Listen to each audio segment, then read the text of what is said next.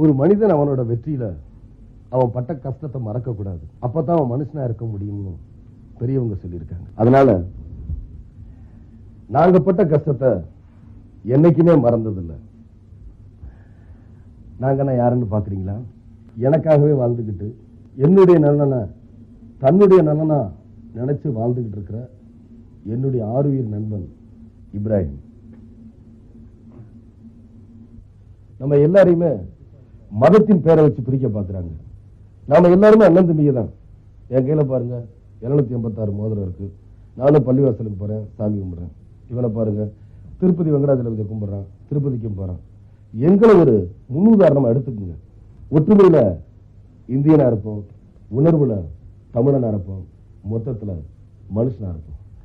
என் உயிரினும் மேலான தமிழ் மக்களுக்கும் நன்றி கூறி விடைபெறுகிறேன். நன்றி, வணக்கம்.